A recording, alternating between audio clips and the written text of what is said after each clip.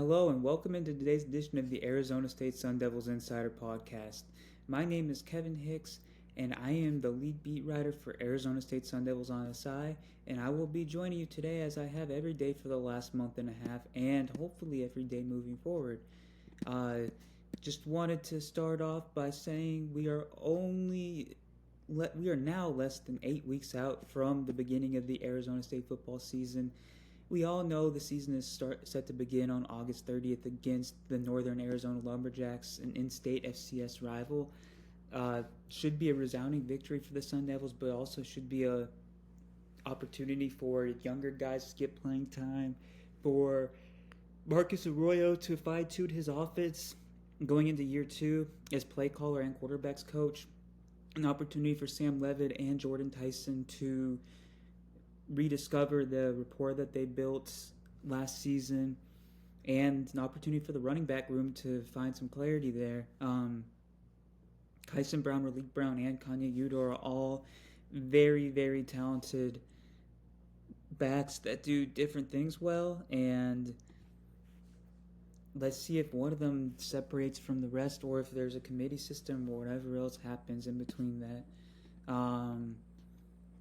Before we get started today, once again, please follow me on X/Twitter at khicks_21 if you get the chance to do so. Practices will be starting up very, very soon, and I will be so honored to attend them.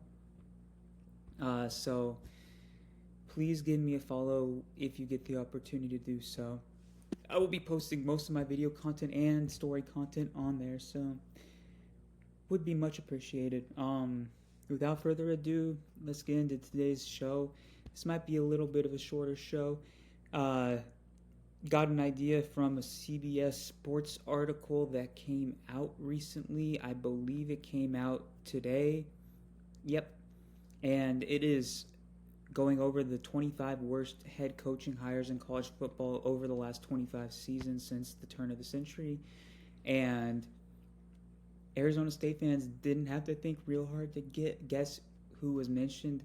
None other than Herm Edwards, former Arizona State head coach from 2018 to 2022. He was not in the top 25, but he was an honorable mention. And let's look at the criteria to see how Herm Edwards fits into that. So it's not necessarily tied strictly to win-loss record.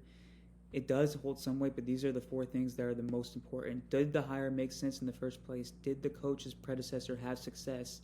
Does the program have the resources to win? And why didn't it work? All right, so let's get into it. So Herm Edwards had a respectable, I believe, 27-20 record before the wins that he got in the 2021 season were vacated. So he had a respectable record when all things are considered, if you count the victories that were vacated from him. That's an issue in and of itself, though, because that's one of the reasons why it didn't work.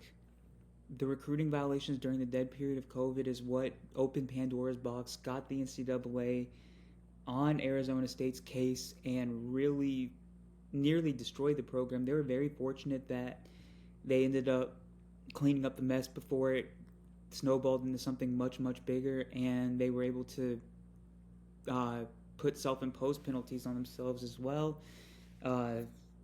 Really not feeling the effects of those sanctions too much in 2025. So very fortunate, dodged what could have been a major blow to the program long term. Does the program have the resources to win? I believe they always have. Even as critical as you can get towards Ray Anderson, towards Michael Crow, towards the boosters, Arizona State is located in a phenomenal location. There's education intrigue, there's the weather intrigue, passionate fan base. There's a lot that Arizona State has to offer, and they've been considered a sleeping giant in college football for the last 2 decades or so for a lot of those reasons. This program has a lot of things that a coach needs to run a successful, sustainable program long term. It just hasn't worked out the wrong coaches have been hired prior to Kenny Dillingham. So, and that goes to the second point. Did the coach's predecessor have success? Well, yeah, Todd Graham did have success. He won 8 games in his first season. He won 10 games in his second season, and he won 10 games in his third season. 28 wins over the first 3 seasons of his coaching career at Arizona State. I believe he was 28-12 through 3 seasons, but that's where it stopped.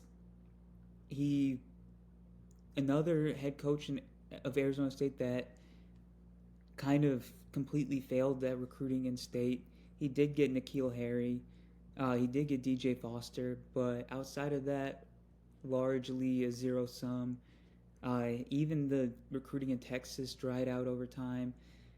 He was hiring the wrong coordinators. He was putting trust in the wrong people around him, and that's really those are some really most glaring reasons why it ended up not working out. But yes, Todd Graham did have success, and that's why expectations were so high for Herm Edwards, because we saw what Arizona State could do in those peak years of the Todd Graham era.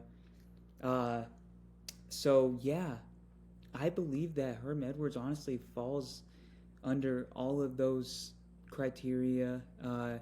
And the why it didn't work is a particularly embarrassing one for Herm, because he hired Zach Hill, the recruiting violations, all of these things.